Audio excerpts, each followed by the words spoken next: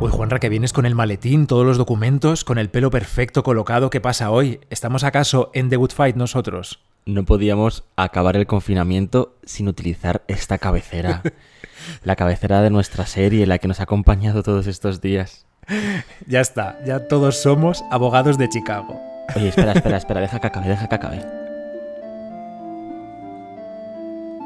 Si es que es una maravilla de cabecera. ¿Sabes que la hace un señor desde Andorra? Para The Good Fight. Para The Good Fight. Un señor que la compone desde allí, la envía a Estados Unidos, allí la remasterizan, hacen estas cosas con el sonido, colocan cada tramo de música para la serie, claro, porque luego en los capítulos hay más tramos de música, además de la cabecera que la compone. Él se apellida Buckley, no recuerdo el nombre, pero es fantástico este tipo. Qué guay. ¿Por qué la hemos escogido para hoy? Porque tiene un poco que ver con nuestro tema, ¿eh? Es barroca, es grandilocuente. Y nuestro pintor de hoy también lo es. Y nos apetecía muchísimo hablar de él porque tú además coordinaste la Expo Rivera Maestro del Dibujo, creo que digo bien. Y una vez más tenemos la mesa llena de libros con las metamorfosis de Ovidio. Sí, vamos a tener mitología. Tengo un poema que sí o sí voy a leer, os pongáis como os pongáis, que no es de Ovidio, es de otro autor, así que preparaos. Tenemos aquí un montón de catálogos. ¿Qué es esto? Vamos a ir a Italia de nuevo. Es un capítulo... ¿Cómo es esto? Me meo contigo. Porque vamos a hablar de Rivera, evidentemente. Vamos a hablar del pintor sangriento, de ese pintor... ¿Pintol? ¿Era chino, acaso? Ese pintor que mojaba sus pinceles en la sangre de los santos. ¿En serio hacía eso? No lo hacía, pero es lo que se dice. El pintor macabro por excelencia en el barroco. Bueno, a ver, no vamos a intentar aquí desmontar el mito, ni muchísimo menos. Vamos a explicar realmente el gusto de Rivera por lo macabro y lo sangriento, porque es así, lo tenía, ¿qué le vamos a hacer? Pero además vamos a contar cosas de su vida, cómo llega a Italia, un tema que ha sido siempre muy misterioso y que últimamente parece que está todo un poco más claro. Cómo llega después a Nápoles, bueno, en fin. Oye, no te adelantes, va. Todo. No te saltes el capítulo saludos, que va te veo venir. Va a ser largo, ya lo avisamos. Mientras tú buscas a quién tienes por ahí a mano para saludar, que hoy te toca a ti, que siempre soy yo el pesado, voy yo a decir desde dónde nos escuchan, porque sabes que es algo que nunca deja de sorprenderme, y tengo por aquí la lista de países que voy a repasar en orden inverso. ¿Qué os parece, amigos? Pues mira, pero esto es un Eurovisión. Es una Eurovisión como la lectura de las fases, que por cierto, Madrid, no pasamos a la siguiente fase, seguimos en la fase 0. Estaba claro. No cruzamos la pasarela. Mejor. Pero enhorabuena a Canarias, a Baleares, a Murcia, a Galicia, a Asturias. ¿Cómo es Canarias de fantástica, por favor? Es que me la imagino ahí meneando las caderas diciendo, pues claro que paso, chati. Claro que sí. Bueno, va, que nos desviamos del tema. Qué ganas de ir a Canarias tengo. En el número 10, Perú. Nos escuchan desde Perú. En el número 9, Chile. Luego tenemos Francia, Nicaragua, Filipinas, que no sabemos si es ese falso oyente que, por cierto, nos ha enviado un audio para el capítulo final. Yo creo que tiene amigos que están todos cogidos a Spotify igual que él. Si hay alguien que de verdad está en Filipinas, por favor, nos encantaría saberlo. También tenemos oyentes en el número 5 desde Colombia, que además nos han contado estos días eso de la panocha, que dices tú, a mí me cuesta decirlo mal. Panocha, que es una palabra, pues que es el órgano sexual femenino en Colombia, que lo sepas, en algunas zonas al menos. Panocha es como decir chocho aquí. Ya lo ha dicho el tío. Vale. Vale, es que tú eres así, Juan Rasanz. Bueno, luego el número 5, eso, Colombia. 4, Panamá. En el 3, Argentina. Ahí tenemos, sabemos, a nuestro Mr. Museologist, a Pedro. Hombre. Y a su chico les mandamos un abrazo. En el número 2, México. Ay, México en el corazón siempre. Siempre. Yo no he estado, pero me encantaría. Deja y en que el aquí... número 1, no. claro, España. Bueno, vale, sí, evidentemente España, sí. Pero te iba a decir que respecto a México, te ¿Sí? quería yo decir que hemos recibido audio también de Mauri McFly, ese oyente que tenemos desde Ciudad de México, uno de ellos, que tenemos más y lo sabemos, pero él nos ha mandado un audio muy bonito porque... Se escucha de fondo la Ciudad de México en marcha, él está paseando al perro por la calle y se oye el tráfico y la gente y me produce una alegría tremenda escuchar una voz que se dirige a nosotros desde tan lejos y bueno, pensar que en esa ciudad está sonando nuestras voces, es que me encanta, me emociona. Es Mira, que puedo llorar si quieres. Es que yo lloro muy bien, Pues no estás llorando, y yo cuando te digo que se me ponen los pelos de punta y la piel de gallina, se me pone de verdad, y lo ves. Hemos recibido mensajes de audio de mucha gente para este último capítulo. Ya sabéis que faltan solo 2. El próximo lo vamos a dedicar, como no podía ser de otra manera, ¿Lo vas a decir? a las meninas. Vamos a analizar las meninas. Preparad 5 horas para escucharnos. No, que va a ser menos. Oye, que me quitas el auricular. Qué manía con quitarme el auricular, Juanra. Y el último capítulo, después de las meninas, será este especial en el que incluiremos partes de vuestros audios que nos mandáis con mucho cariño. Y hemos recibido muchísimos, tenemos audios Estamos de muy Ruth, contentos. De Diacolet 9, un audio que nos ha dicho además que ella nunca envía audios a nadie y que ha hecho una excepción para hablarnos a nosotros y que suene en el podcast. Así que muchas gracias, Ruth, por enviar ese audio arte compacto. Bueno, de y gracias mucha a gente. todos, que ahora de memoria no me acuerdo de todos, pero nos habéis enviado un montón. Vamos a tener el capítulo cargadito.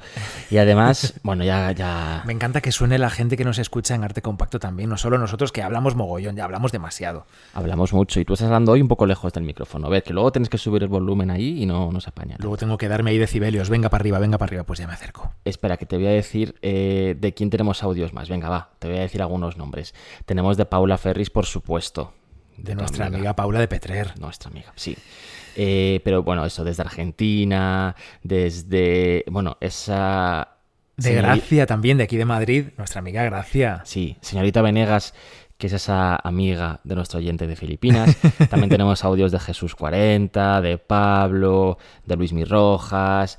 Bueno, en fin, de muchísima gente. Por supuesto de Bea Cardedera, que ya vamos a robarle uno de los que... Bueno, en fin, que sí, que vamos a hablar y vamos a escuchar muchas voces en el último capítulo desde la cuarentena, que después seguiremos hablando, pero de otra manera. Bueno, pero tenemos que pasar muchas fases antes de eso. Anda que no quedan fases, Mari Carmen. No, pero es que el día que lleguemos a la fase 1 esto va a ser un pitote, esto va a ser una botella de cava destapándose ahí y todo el mundo a la calle a hacer lo que quiera. Entonces vamos a poder grabar menos y vosotros vais a poder escucharnos menos también. Entonces vamos a hacerlo de otra manera. Pero va, todo se andará. Va, Juanra, centrémonos. ¿Quién es José de Ribera y por qué es un poco desconocido, bastante desconocido? ¿Tú crees que es desconocido? No lo sé. No pensaba yo. Vamos a hacer ese juego de dejar unos segundos para que la gente imagine. ¿Qué conoce la gente que nos escucha sobre José de Ribera? ¿Qué obras pueden conocer de él? No hay unas meninas, no hay unas majas vestidas ni desnudas. ¿Pero qué pueden conocer? Quizá conocen algo, ¿tú crees? Sí. Hombre, claro, sí que tenemos oyentes muy cultos. Sí, es verdad que tenemos muchos opositores, gente que trabaja en museos. Nos podrían dar ellos lecciones a ti y a mí, por favor, Bernardo. Esto es verdad. Pero habrá alguien que no, seguro. O que les suene, por ejemplo. ¿Qué podemos...? A ver, tu madre, ya está. ¿Qué entendería de Ribera? Tu madre le dices Ribera, ¿qué piensa? Mira, mi madre, te lo voy a decir. A en ti te lo voy a Ciudadanos. decir. No. Otra cosa peor todavía. Mi madre ha estado en el Prado una vez y lo que recuerda de las salas de Ribera es que en esas salas vio a Fran Rivera. O sea, no recuerda nada. Recuerdo estar con ella allí, diciéndole, mamá, mira por aquí, mira la mujer barbuda, mira la Madalena penitente de Rivera. Y dice, ¿Fran Rivera? Real, ¿eh? Ya es casualidad que le viese justo en las salas de Rivera, a Real. Fran Rivera. Fran Rivera... De hecho, si me apuras, yo creo que es todo lo que recuerda mi madre del Prado, que vio a Fran Rivera, que, para quien no lo sepa, es un torero español o extorero, bueno, no sé. No un lo personaje controlo mucho, público... sí. Bien. ¿A dónde me llevas? Llévame, quiero que me lleves ahora mismo a la época, al año en el que nace José de Ribera. Pues vamos a volver a viajar a Valencia, donde ya estuvimos por Juan de Juanes. Valencia, siglo XVI. 1591 es cuando nace José de Ribera en Játiva, concretamente, en Valencia. Xàtiva, últimos años del reinado de Felipe II, que moriría en el Escorial en 1598, así que cuando Rivera era pequeñito, se muere Felipe II y pasa a reinar Felipe III, como es evidente. Bueno, podría ser que no, podría tener un hijo distinto. Podría ser otra persona. Pero es Felipe III. Por cierto, al hilo de lo que acabas de decir, te contesto que digo Játiva igual que digo José de Ribera. Ah, muy bien. Yo no quería abrir aquí un melón ni una polémica. Solo te contesto. Nada más lejos. Solo te no contesto. vamos a abrir la polémica tampoco Fortuny Fortuny. Dios, no es el lugar. Vale. Venga. Estamos yéndonos un poco por las ramas. Que no. Perdón, ya me centro. Va. Reino de Valencia, 1591. Chun, chun. ¿Sabes que nace en el núcleo de una familia de zapateros? Como yo. Venga a coser, tú también. Hombre, Ay. mis abuelos todos eran zapateros, tenían su fábrica de zapatos, sus talleres de piezas para partes del zapato. Familia de zapateros, como la de José de Ribera. Y sabes que en esa época en Valencia la fabricación de zapatos estaba en manos de los moriscos. Que ya sabes que los moriscos son esos descendientes de los musulmanes convertidos al cristianismo alguna generación atrás. Sí. Esto ha hecho a muchos investigadores durante muchísimo tiempo decir que José de Ribera salió de España en 1609, cuando ese rey que ya has nombrado tú, Felipe III, expulsó a todos los moriscos de España. Qué sinvergüenza. Anda, ¿qué tendría en contra de ellos? Fíjate. El caso, que se dice siempre, bueno, pues José de Ribera saldría con su familia de España cuando Felipe III les expulsa en 1609 y así llega a Italia, que es donde trabajaría toda su vida. Que además creo que se fue con sus hermanos, o sea que... Se fue con sus hermanos, sí. Pero no salió de España por este motivo. Sabemos hoy que años después, cuando él ya está asentado en Italia, ante un notario, dice, no sé a cuento de qué en este momento, dice que su padre todavía está viviendo en Játiva, años después de 1609. Por tanto, no es verdad que fuesen expulsados por ser moriscos, por tanto, probablemente ni siquiera lo serían. Porque si no, se hubiera ido toda la familia a Italia y su padre el primero, claro. No podría estar en España su padre, exacto. Vale, ¿qué más cosas sabemos sobre él que antes no sabíamos, Juanra? Se suele decir habitualmente que había llegado desde Játiva directamente a Parma en torno a 1610-1611 y de Parma, en Italia, se trasladaría a Roma, donde pasaría unos pocos años, hasta 1616, cuando ya se trasladaría al que sería su destino final como residencia, que es Nápoles. Pero como te digo, es que realmente en los últimos años se ha avanzado muchísimo en el conocimiento de Ribera joven. Y de hecho, te voy a decir que para preparar esta charla entre tú y yo, básicamente nos hemos apoyado en catálogos de exposición. Y esto lo digo expresamente con toda la intención, porque está un poco hilado a lo que hablábamos en el capítulo anterior, en el capítulo 19, sí, sobre las temporales. El que dedicamos a que tú hablases de tu curro en el Museo del Prado. Claro, pues al hilo de eso hablábamos de las temporales y su función o no función. Claro, es que, fíjate, aquí estamos en 2020 apoyándonos en catálogos de expos temporales para armar todo el contenido referido a Ribera joven. Hubo una expo, que si no me equivoco fue en 2011, dedicada precisamente a Ribera joven en el Museo del Prado. Sí, se llamó así, el joven Ribera. Tenemos el catálogo aquí al lado, pero me vais a permitir que no compruebe la fecha de publicación porque encima tenemos una pequeña esculturita de mármol que pesa lo suyo y lo mismo si la quito y tal para coger el catálogo, la lío y no queremos roturas. No queremos. De mármoles aquí. Fue 2011, si no me equivoco. Y además también tenemos abierto el catálogo de las Furias, otra expo que llevó a cabo el Museo del Prado hace también unos poquitos años, más tarde, 2015, 2016. De las Furias sí que lo voy a mirar porque lo tengo yo justo delante y puedo ver la fecha. 2015-2016, si no me equivoco. Bueno, y que giró en torno, que se centró en la investigación acerca de estas figuras mitológicas en el arte, que son las Furias. 2013. Mira, me he ido yo más cercano, es que el tiempo pasa muy rápido. No te enteras, el tiempo vuela, Juan. Madre mía, pero si yo estaba trabajando ya allí, qué horror. Y además también he utilizado el catálogo de la Expo de Dibujos de Ribera, el catálogo razonado de los dibujos de Ribera que acompañaba a la Expo. Bueno, más bien es al revés. La Expo se hizo para celebrar la publicación del primer catálogo razonado de los dibujos de Ribera en 2016. Eso sí fue 2016. Seguramente estabas intercambiando una expo por la otra. Expo por la que yo me tatué el ticio que llevo en el brazo, que como ya contaba en el capítulo anterior, me tatuó una obra por cada expo que inauguro, de esas que me gustan. Pero ya lo cuento en el capítulo anterior. Si no lo habéis oído, id para atrás y escuchadlo. Bueno, pues eso, que sí, que entonces, apoyándonos en el conocimiento volcado en investigaciones superpotentes que se han hecho en los últimos años en estos tres catálogos, podemos hoy hablar aquí de Ribera. Y podemos saber más cosas sobre su juventud. Y es que, por ejemplo, te diré que llegó a Italia mucho antes de lo que se decía siempre. No llegó en 1610, como se dice. Ah, ¿no? No. Además, no llegaría a Parma en un primer momento, sino que probablemente llegaría directamente a Roma. No digo viaje directo en Iberia, Valencia, Roma. A lo mejor hizo paradas temporales en otras ciudades, pero quiero decir que se asentó de manera estable ya en Roma, probablemente en 1605, 1606. Esto era cuando él tenía 13, 14 años, muy pequeño. Es raro que un chaval tan pequeño se vaya para allá tan pronto a formarse como pintor. Bueno, a lo mejor es un poco más extraño yendo desde España hasta Italia, pero realmente con 13 años era una edad más que normal para empezar, ¿no? Y para ya avanzar en el estudio, en la formación de un pintor en ese tiempo. Además, parece ser que había algún miembro de la familia de Ribera en Roma ya asentado, porque bueno, hay unos contratos que él tiene que firmar delante de un señor para ayudar a unas chicas que son más jóvenes que él todavía y que se apellidan como él, se apellidan Ribera. Esto parece que, pues eso, que da un poco de luz sobre el hecho de que posiblemente tendría allí familia. Entonces sus padres, a lo mejor, viendo que el chaval se le daba bien dibujar y que lo que quería era ser artista, pues lo mandaron con, imagínate, sus tíos, no sé quién sería, a Roma, porque sabían que en Roma, amigo, se cocía todo. En Roma estaba todo para el mundo del arte. ¿Quién estaba en Roma en 1605? Perdona, es que ahora me he quedado obnubilado con esa imagen de mis tíos diciéndome vente a Roma, mis padres diciendo vete a Roma con los tíos. Y claro, es una fantasía eso. No tienes tíos en Roma, ¿verdad? Ojalá. Ojo, a mí me encantaría también. Me iría a verles, vamos, ahora no podemos, pero...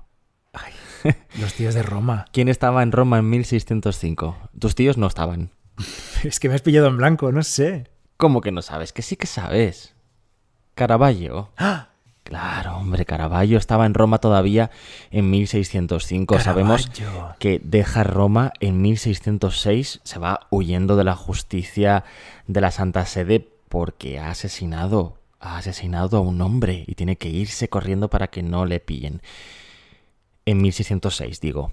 Cuando llega, por tanto, Ribera a Roma, muy probablemente coincidiría todavía con Caravaggio. Y es que, bueno, no sé si lo hemos dicho ya o no, porque yo tengo un follón.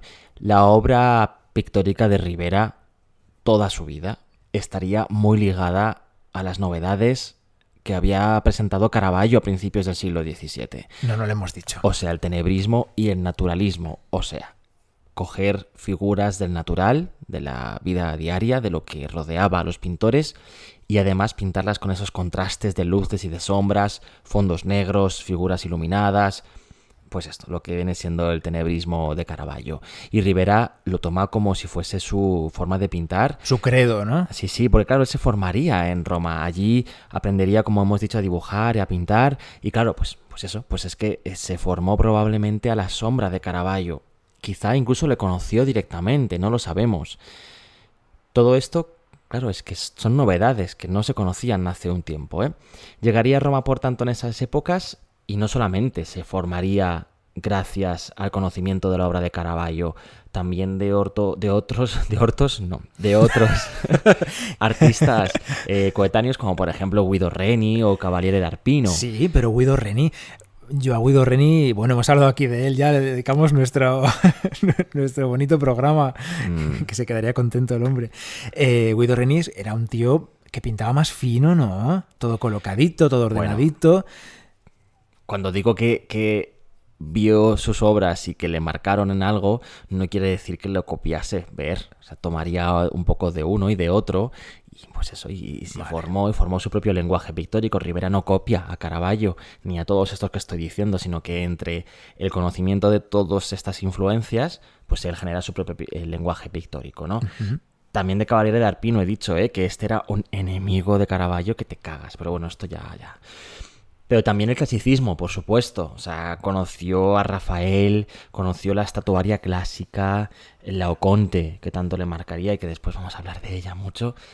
En fin, que coge todo esto, principalmente la influencia de Caravaggio, y crea su lenguaje. Ahora bien, hacia el final de su vida, ya veremos más tarde cómo va a ir en cierta medida suavizando esta forma de pintar tan dramática, tan caravallesca, y va a ir permitiendo que una influencia más clasicista entre en sus pinceles, más tirando hacia Tiziano, ¿no? Lo que hacía Tiziano, poco tiempo antes.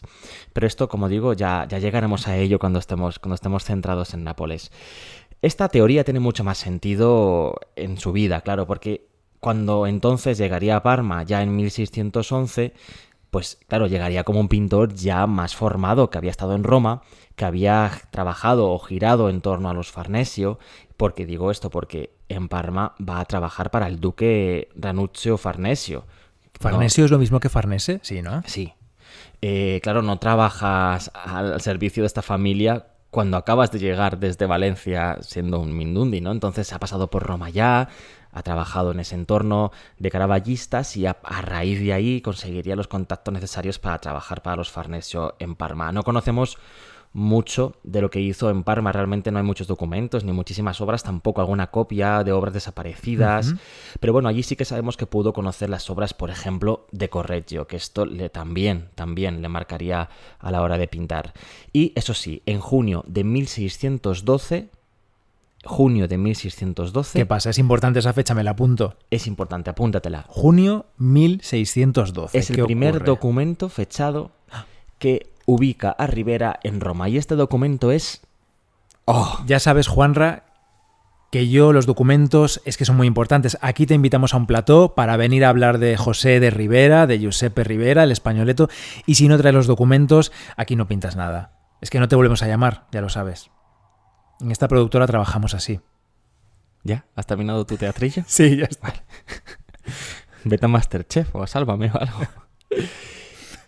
El documento es muy importante, de verdad. Y te va a gustar, te va a gustar. El primer documento que se conserva, que documenta a Ribera en Roma, es un documento de su casera, de la propietaria de la casa donde él estaba viviendo alquilado. ¿Casera? Ah, ya sé lo que vas a decir. Me has dejado sordo. Bueno, pues te aguantas, porque me has dicho que me vaya a Sálvame, ahora te jodes. Ya sé lo que le dice su casera. Le dice que ese mes le perdona el alquiler porque estamos fatal, estamos de pandemia y no hace falta que le pague, que ya le pagará cuando pueda, cuando tenga trabajo otra vez, cuando tenga encargos. Una casera maja, ¿no? No. ¿Qué le dice? A ver. Oye, ojalá a algunos de vosotros os hayan hecho esto. Tú y yo pagamos la letra de la hipoteca y ya está. Sí, bueno, porque nosotros tenemos trabajo también, afortunadamente. Sí. No, el documento de la casera lo que le dice es que le da su ok para abrir en el techo de una de las habitaciones de la casa una ventana. Una ventana y se dice, literalmente, por su comodidad para pintar. Una casera maja, ¿eh? Una casera maja, ya te digo, no le perdona el alquiler, pero le da permiso para hacer una obra que te cagas.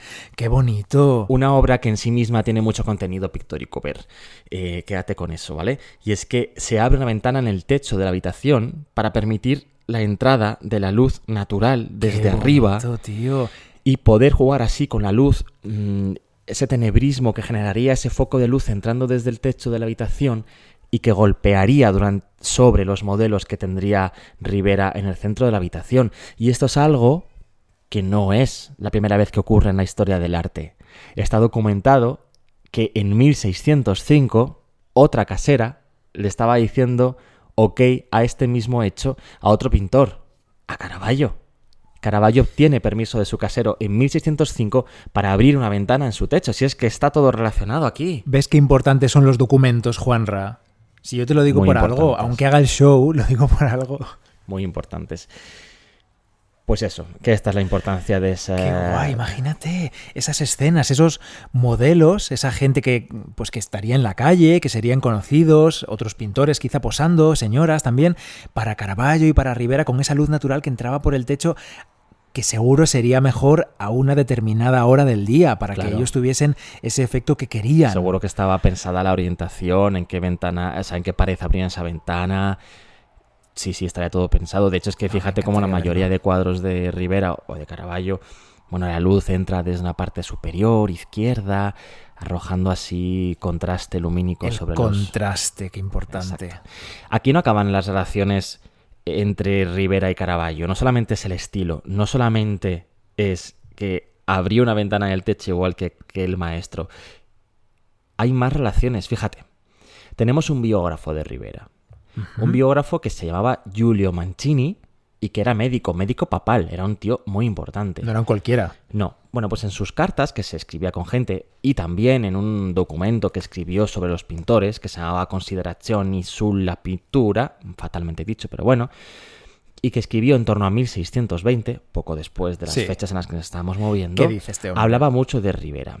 Dice de él que era uno de los más brillantes pintores que hayan llegado nunca a la ciudad de Roma. Esto es muy importante. Y además, también se dice que tenía unas costumbres vitales un tanto...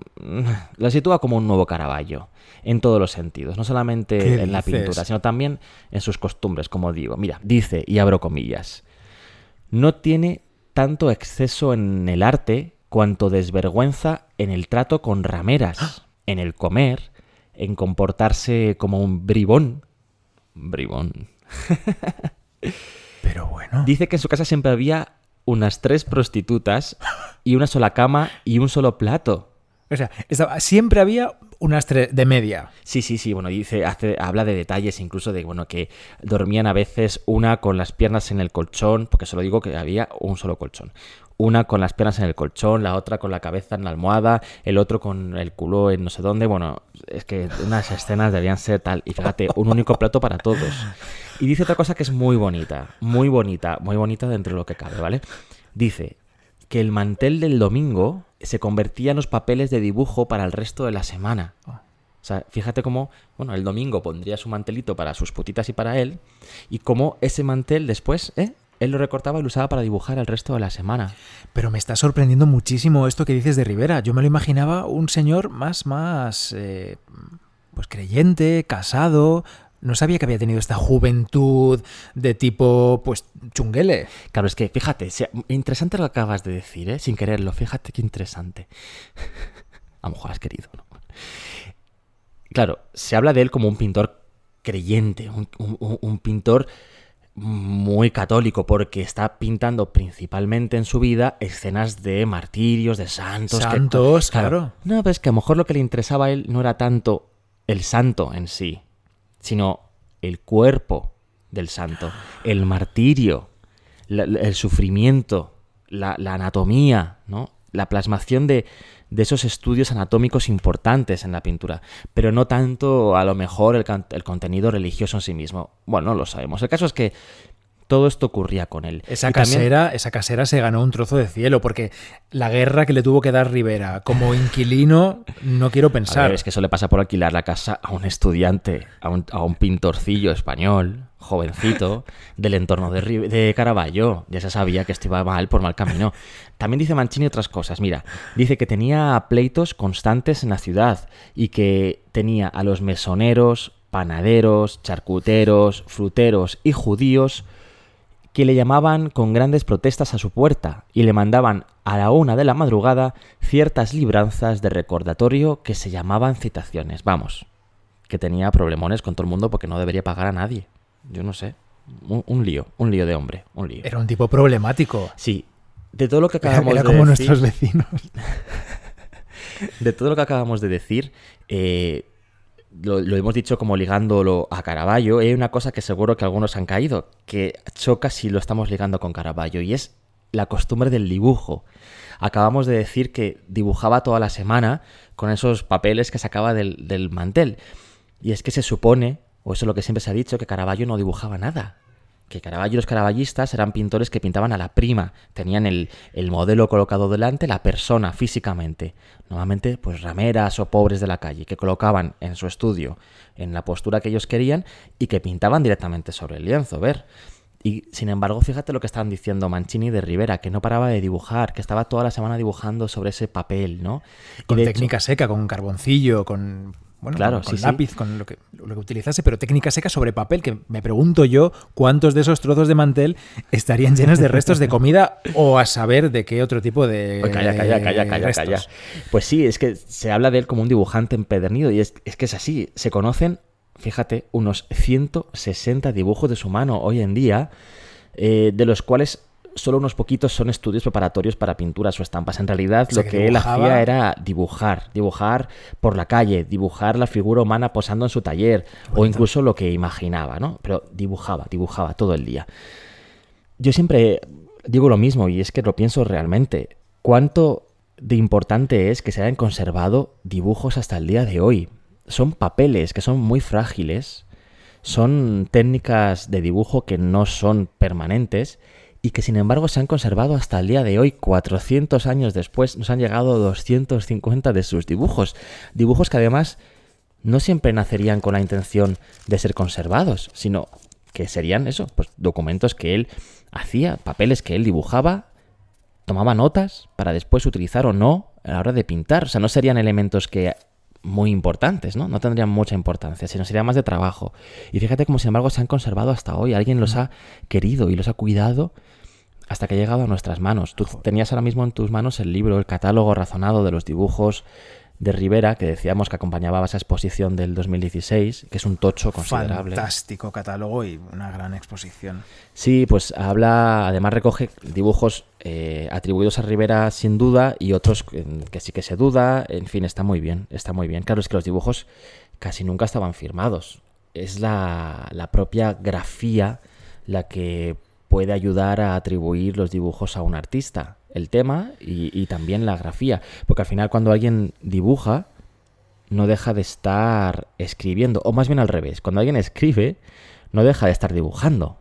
Entonces, bueno, tenemos todos una forma de mover la pluma o lo que fuese sobre la superficie del dibujo, ¿no? De papel. Entonces, bueno, pues se puede identificar, se puede reconocer a un dibujante, igual que reconoces al dueño de una escritura, de un texto. O sea que los estudiosos, los expertos en dibujo, en concreto en dibujo de Rivera, como en este caso era Gabriele Finaldi, son como grafólogos del dibujo, del arte del dibujo. Exacto, sí. Aquí más de 400 páginas de Una pasada. De catálogo de dibujos de Rivera, delicados, maravillosos. Una pasada. Bueno, delicados, sí, el dibujo en sí mismo, dramáticos los contenidos, que luego vamos a comentar. Como ese que llevas tatuado. Sí, luego vamos a eso. Bueno, el último documento que sitúa a Rivera en Roma, hemos hablado del primero, que es el de la casera. Venga. El último fue en 1616 y es un documento que certifica la entrega de una limosna para la Academia de San Lucas de Roma. Oh. Él pertenecía a esta academia desde 1613. O sea, que dejaba de ver dinero al frutero, al pescadero, al carnicero, al charcutero, al que vendía los quesos, a saber si pagaba la casera y tal, pero luego daba una limosnita a la academia. Bueno, es que ¿Cómo él es esto? se había comprometido, en el año que entró a esta academia, en 1613, se había comprometido a pagar una grandísima cantidad de dinero para la construcción de una iglesia nueva de la propia academia. Una cantidad de dinero que nunca llegó a pagar y que fue realmente, bueno, pues dando limosnitas de tiempo a tiempo, ¿no? Madre mía. Esta cantidad de dinero que promete en 1613 ¿Sí? hace pensar a muchos investigadores que en esa fecha, que fíjate tú, según lo que siempre se ha creído, acababa casi de llegar a Roma, ya era un pintor muy importante, porque no solamente formaba parte de la academia importante de pintores y dibujantes de Roma, sino que además estaba prometiendo una cantidad de dinero brutal, que no era normal para alguien si no tenía ya éxito, ¿no? Vamos, Si que no una era cosa es que se metiese en líos y otra que no tuviese dinero. El dinero lo tenía. Pero dinero lo tenía. lo pagaba pues cuando a él le daba la gana, o se lo gastaba en lo que a él le apetecía. Vale. Y ya sabemos en qué, vamos, el colchón estaba bien gastadito. Oye. Oye. Entonces, Rivera en Roma, llega antes, luego se va a Parma, toda esta historia que acabamos de contar. Pero la gente estará diciendo, oye, hola, ¿qué pintó en Roma? ¿Qué hizo? Porque yo he viajado a Roma y no he visto nada de Rivera. Es que este es un temazo, Bernardo, este es un temazo, el temazo del siglo. Y es que, para aclarar lo que Rivera pudo pintar en su estancia en Roma, tenemos que irnos al 2001. 2001, hace nada. Ah, ya sé.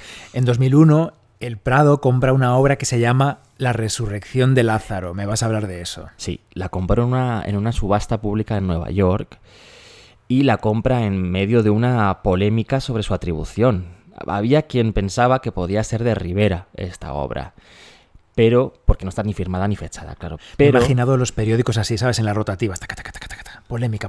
El Prado compra una obra. Atribución sospechosa. bueno, puede ser, sí. Tampoco tanto, pero No da para tanto.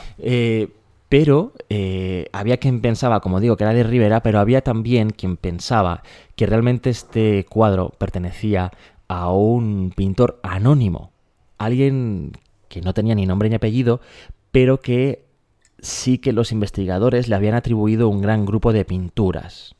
Es decir, había un señor anónimo en Roma en esas fechas, caravallista, cercano a Caravaggio, cercano a Rivera, que contaba con un corpus de obras atribuidas a él y que, como no tenía nombre, siempre se le llamó el maestro del Juicio de Salomón. El Juicio de Salomón es una obra que está en la Galería Borghese de Roma y que está fechada en torno a 1609-1610. Fechas en las que Rivera, para los especialistas anteriores, no estaba todavía en Roma, ¿no? Estoy empezando a sumar 2 más 2 ya. Claro. Un pintor caravallista, cercano a Rivera, pero distinto a este, que se había inventado en realidad por un investigador que se llamaba Longhi, ¿vale? Y eso, al que se le atribuyó un gran grupo de obras pintadas en Roma en esas fechas en las que Rivera todavía no estaba allí. Pero acabamos de decir, ahora ya sabemos que sí pudo estar allí en esas fechas.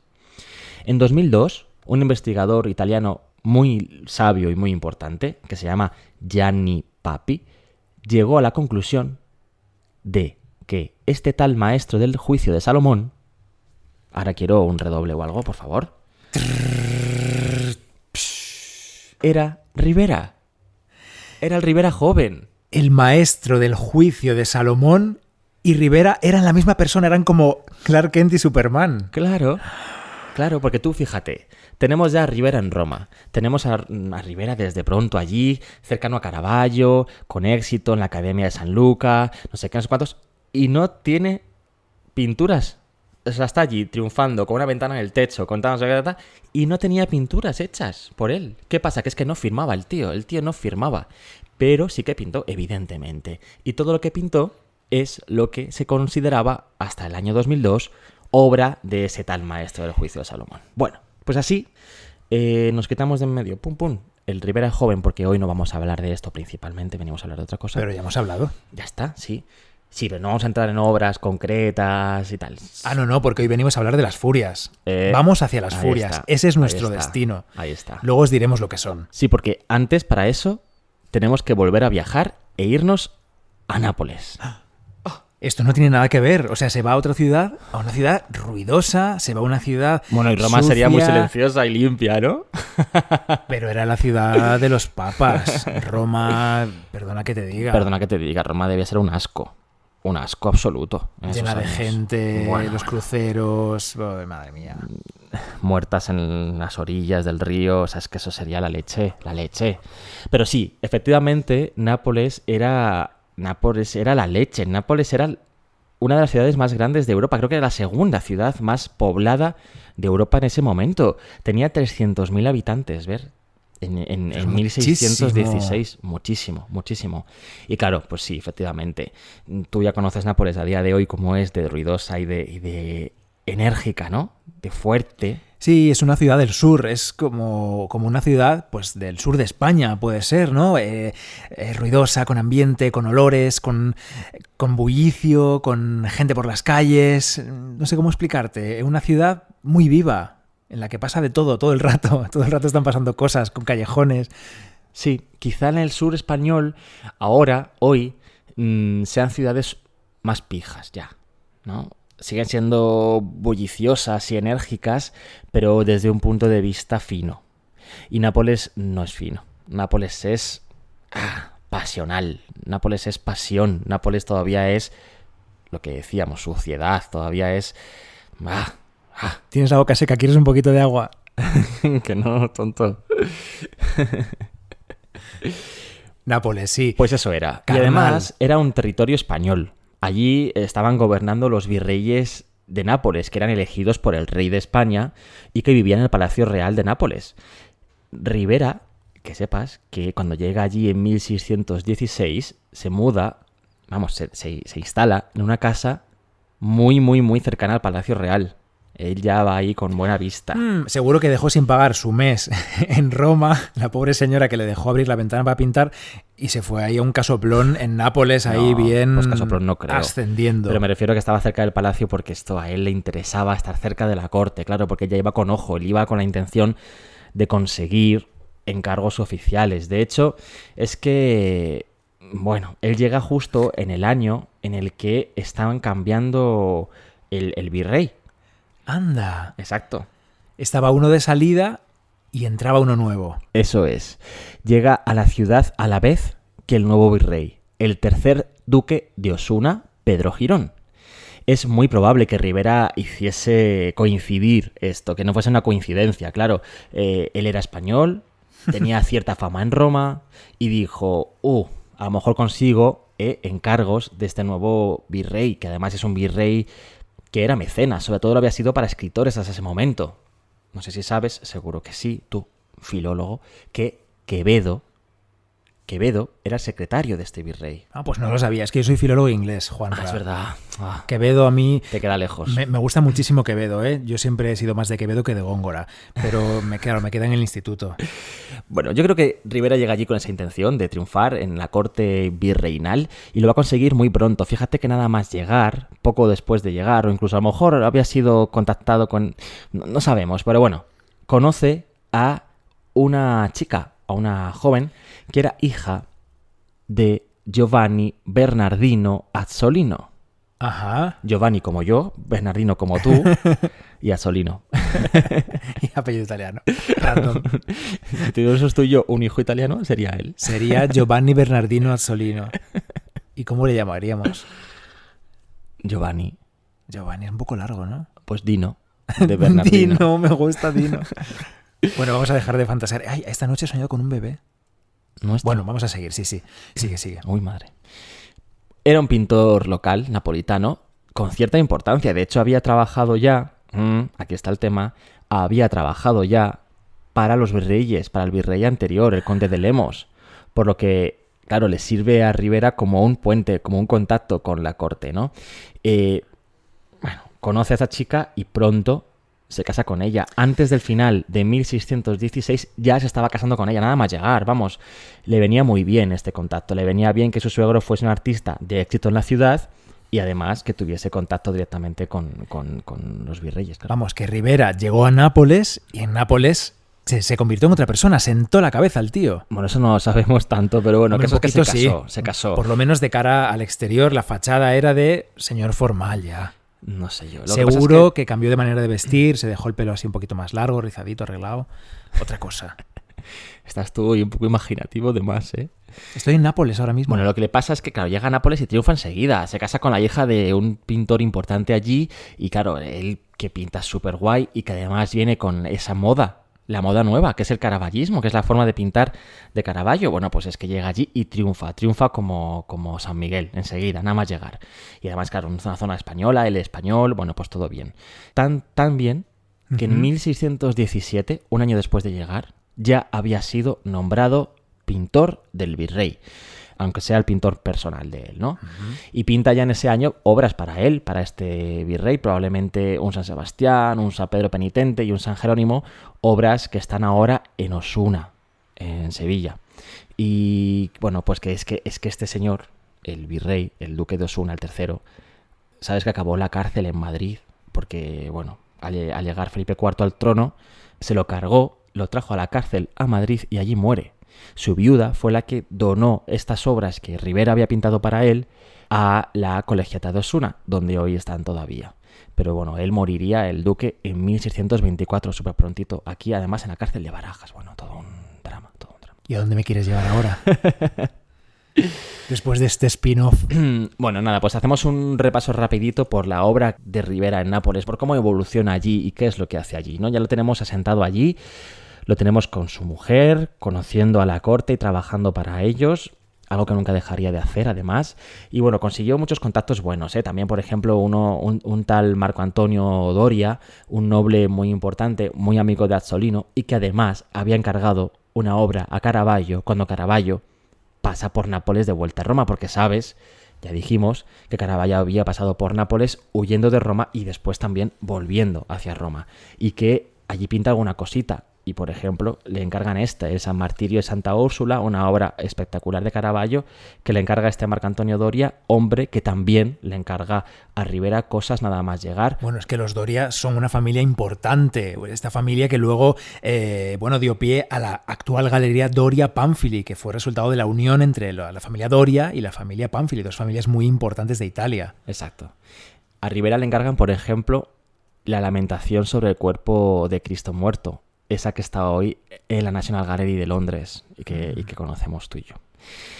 En los años 20, Rivera alcanza su madurez como artista, absolutamente, ¿vale? En esta época hace las cosas más importantes. Bueno, no, eso serían los 30, pero alcanza ya contactos muy importantes. En la mitad de la década de los 20 ya tenía contactos con la corte madrileña, y ya estaba pintando obras para el Palacio de Felipe IV, para el Alcázar.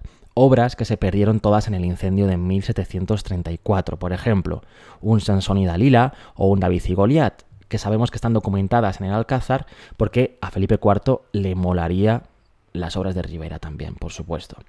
También a mediados de esta década, de los años 20, tenía ya sus contactos con los cartujos, con los cartujos de la Certosa de San Martino. ¿Te acuerdas de Certosa? Hombre, claro que me acuerdo que cuando estuvimos en Nápoles subimos a la Certosa, a la Cartuja de San Martín, el último día, la última tarde. Fue precioso esas vistas desde arriba de toda la bahía, con el Vesubio de fondo, espectacular. Sí, los cartujos construyeron aquí en Nápoles pues quizá la obra arquitectónica más importante del barroco napolitano. Es un espacio brutal, de verdad precioso, y además está ubicado en un enclave importantísimo, alto y muy cercano al mar. Tiene un jardín, ¿te acuerdas?, con terrazas que están casi como volcadas encima del mar, y puedes pasear por ellas. Y es precioso, y estuvimos solos. Recuerdo que tuvimos que ver las obras de Rivera allí, la iglesia en general, desde la puerta. No se podía pasar, había unas barreras y tenían el suelo protegido. Porque el suelo es original, el suelo de la iglesia es original y no quieren que lo pisemos, claro. Y bueno, además no tienen vigilancia suficiente y bueno, pues lo ves desde la puerta. Pero luego vimos muchas obras de cerca. Las obras del altar las vimos cerca, y después sobre todo todas las de las salas capitulares y esos espacios, ¿te acuerdas?, privados. Sí, no había nadie. Recuerdo que estábamos solos allí, solos con nuestros amigos Johnny e Easy, que viajamos con ellos a Nápoles. Pero fue una de las visitas más tranquilas que hicimos, menos ruidosas. Merece muchísimo la pena, y además allí tienen una colección de belenes napolitanos brutal, muy buena. Muy recomendable, sí. Bueno, es que es un lugar magnífico. No vayáis. Pues en esa época ya había pintado, en 1620, como te digo, a mediados, un San Bruno para la Cartuja de San Martino. Bueno, luego pintaría muchas más cosas más tarde. También en la década de los 20 hizo estas cosas que tú conoces bien y de las que luego vamos a hablar, que son esos aguafuertes, esas páginas de orejas, bocas y narices, esas páginas que serían para formar una cartilla de aprendizaje de dibujo, unos grabados que se difundieron por Europa como la pólvora, o sea, ¡fum! Y que sí están firmados, son unas cartillas, como tú dices, con bocas muy abiertas, ojos expresivos, orejas y tal, que servían para enseñar a otros pintores a dibujar. Exacto. Y que sí están firmadas. Al menos tenemos una por aquí que yo tengo muy, muy localizada, que está firmada por Rivera. Sí, el elemento principal de estas páginas de Rivera, de estas cartillas, es que tienen mucha personalidad. Estas cartillas solían ser muy neutras, ¿no? Con representaciones de ojos, bocas, manos y tal, pero como muy correctas y con poca personalidad. Y sin embargo, Rivera le plasma aquí toda su personalidad. Abre las bocas con un dramatismo tremendo. En fin, que es que solo pueden ser de Rivera, es que se ve claramente, ¿no? Y sirvieron para el aprendizaje de un montón de pintores en Europa a partir de ese momento. Se difundieron muchísimo y son muy importantes. Y no lo estamos mencionando de manera gratuita, estamos hablando de estos diseños porque tienen que ver con las furias. Porque recordad, vamos hacia las furias. Aunque esto dure 2 horas y media, vamos a terminar en las furias. Que sí, enseguida. Mira, ya llegamos a los 30, vamos allá. En los 30... tuvo que existir un encuentro que fue, seguro, magnífico, y sobre el que yo creo que no se habla demasiado. Y es que te recuerdo que en 1630-1631... Eso sí lo sé. Un señor llamado Diego Velázquez visitó Italia y pasó por Nápoles. Y allí estaría Rivera. ¿Y cómo no se conocerían? Por supuesto que sí, porque no está documentada un viaje de Rivera a Madrid. No lo está. Pero sí este de Velázquez a Nápoles. Y tuvieron que conocerse. ¿Cómo sería eso? ¿Cómo sería eso? Claro, Rivera ya experto, ya mayor, ya gran maestro, con cargos muy importantes. Y ese joven Velázquez que llegaba allí en su primer viaje a Italia y conocía a este español que estaba triunfando. Quizás se habla poco del tema a lo mejor porque se asocia más a Velázquez en ese viaje con Roma y se pasa más por alto que estuvo también en Nápoles, ¿no? Sí, qué maravilla, de verdad. Hay una novela, hay una serie o algo, ¿eh? Sí. Bueno, en los años centrales de esta década de los 30, bueno, de hecho es que fíjate, Gabriel los llama como los años prodigiosos de Rivera.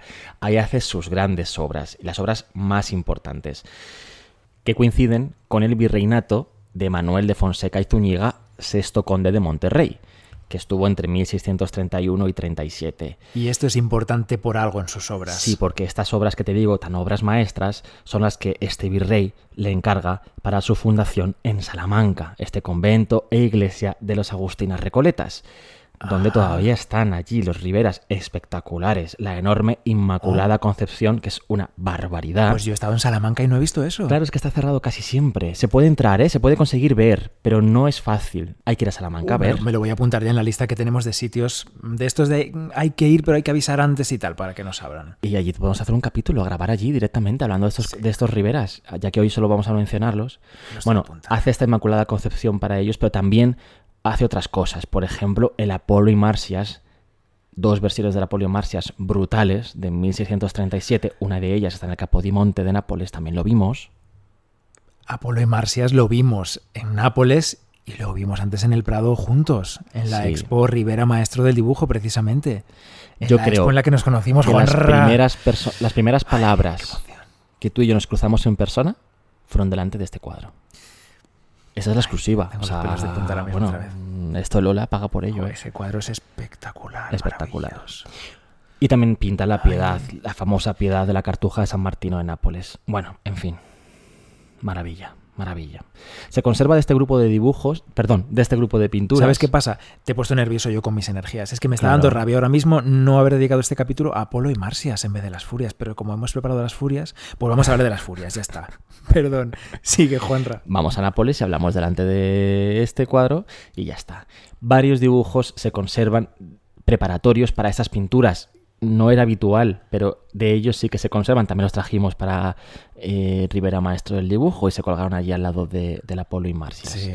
Y además son interesantísimos porque hablan del proceso de la pintura de estos años de Rivera, y lo voy a contar porque es muy interesante y es raro, ¿eh? Él ideaba la escena y la dibujaba, ¿no? O sea, la pensaba y la creaba en el papel. Después hacía bocetos concretos de algunos personajes o detalles que le parecían a él que requerían más estudio. Y finalmente no pasaba al lienzo directamente, sino que finalmente disponía a sus modelos reales en esas posturas que él ya había estudiado sobre el papel. Y de esa manera, ahí ya sí que sí, pintaba del natural. O sea que sus dibujos son para preparar la postura del modelo delante de él y no tanto para pasar directamente al lienzo. Es súper interesante. Esto lo analiza Gabriele y Elena Zenalmor en el catálogo de dibujos de Rivera. Apasionante. Ya en los años 40, avanzamos. Sí, es que estoy mudo, perdón. Se vio obligado a reducir muchísimo el ritmo de su trabajo porque tuvo una gran enfermedad. Bueno, pensemos que ya era bastante más mayor, ya tenía 50 y tantos, para esa época ya es una buena edad. Ya no era ese chavalín. Exacto. Y esto le hizo recurrir muchas veces a ayudantes, a colaboradores. Por eso las obras de estos últimos años de su vida se nota que hay a veces diferentes manos. Y también esto explica que su enfermedad y su lento ritmo de trabajo explica que solo en 1651, ya solo un año antes de su muerte, pudo él entregar por fin a la Cartuja de San Martino, esta que decimos de Nápoles, su gran lienzo, la Comunión de los Apóstoles, para el coro de la iglesia. Lo recordarás, Bernardo. Nos quedamos impactados allí debajo de esa obra, una obra que es más ticianesca que ninguna otra. Ya, fíjate, es que justo antes de morir, su pintura, está abandonando más que nunca a Caravaggio y se está acercando más que nunca a Tiziano, que es muy anterior, del siglo XVI, claro, ¿no? Y veneciano. Claro, y veneciano, sí. Esta obra que entrega en 1651 se la habían encargado en 1638. Para que veas cómo la década de los 40 para él fue un paréntesis de ritmo lento de trabajo y de enfermedad. Finalmente moriría en Nápoles en 1652. Bien, aplausos. Este es el repaso de la vida de Rivera. Y ojo. Estaba yo pensando cuántos años vivió este hombre y tampoco vivió tanto. No tanto, desde el 91 hasta el 51. Y pintó mucho y tuvo muchísimo éxito. Bueno, es uno de los pintores más importantes, ya sabes, de nuestro siglo XVII, que ha pasado a la historia con una fama que no se puede quitar de encima, la de pintor macabro y sangriento. Y es que, por mucho que queramos, no se la podemos quitar. Pero esa fama estaba basada en algo, porque lo estamos diciendo ya todo el rato, ¿no? Claro, que era un tío problemático, que tal, que cual al principio, que de santitos, nada. O sea, si pensamos en santitos cuando hablamos de Rivera, sí pintó a mártires, pero nada de tío capillita. Madre mía, no, capillita no era. Palomino ya habla de él como un pintor macabro y Lord Byron directamente dice que Rivera pintaba con sus pinceles impregnados en la sangre de los mártires. O sea, es que es una pasada. Por cierto, esto me recuerda al cómic que tenemos aquí encima de la mesa también, además de los catálogos de las exposiciones. ¿Tenemos un cómic? Tenemos un cómic, El perdón y la furia, de Altarriba y Queco. Un cómic que editó el propio Museo del Prado, también coincidiendo con la expo de dibujos de Rivera, y que nos gusta mucho, ¿no?, ver el cómic. El cómic tiene muchísimo que ver con esas furias que pintó Rivera, de las que vamos a hablar ahora mismo. Sí, va sobre ello. Porque el protagonista se convierte un poco en un trasunto de Rivera en la actualidad, en un tío que quiere saber en qué posición se ponía Rivera cuando estaba pintando a esos tíos desnudos, retorciéndose, sufriendo, y bueno, y pinta con sangre él mismo también. El propio tío, el protagonista del cómic, se desnuda y se corta y pinta con su propia sangre porque quiere que sus furias sean igual de potentes, igual de intensas y que tengan tanto sufrimiento en ellas como las de Rivera. Está muy bien, muy recomendable. En a doble tinta, negro y rojo, sangre. Es muy inteligente, además, la forma en la que está dibujado, claro, con la luz sobre los cuerpos, los fondos siempre oscuros. Bueno, tiene mucho que ver con Rivera, es muy bonito, muy interesante.